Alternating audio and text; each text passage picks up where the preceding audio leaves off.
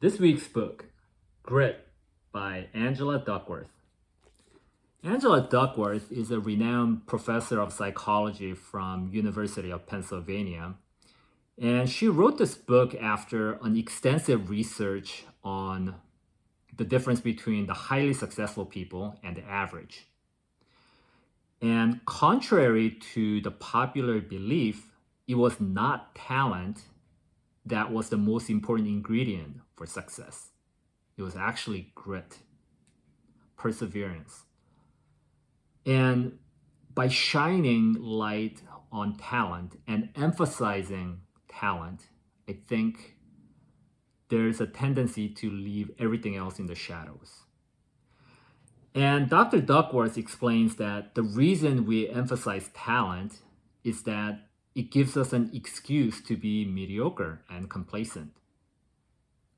If we label somebody as a genius or extremely gifted, there's no way we're going to be like them. So it's a legit excuse to not try. Interesting way to think about things, right? The good news is that grit is not an inherent trait where we have it or not. It's something that can be learned, acquired, and improved. It's a learned skill.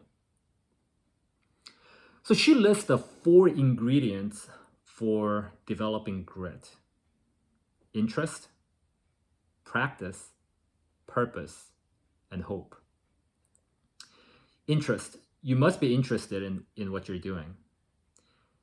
And finding interest is a bit of discovery followed by deepening and developing of the interest. Practice.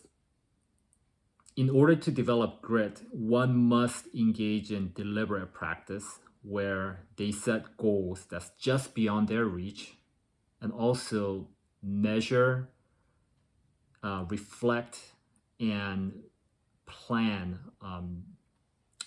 their skills and improvements. So daily, you must track and just focus on how to improve your skill on a consistent basis. Purpose. In order to develop grit, it's necessary that one has a purpose that's bigger than just personal satisfaction, that their job or their accomplishment goes beyond themselves, whether it inspires the world or helps other people in some way. And purpose is not finding a noble job. It's not so much in the title or the description of the job, but one's perception of their work. There's a story about 3 bricklayers when each of them were asked what they were doing. The first bricklayer answered, "I'm laying bricks." The second one answered, "I'm building a church." And the third one said, "I'm building the house of God."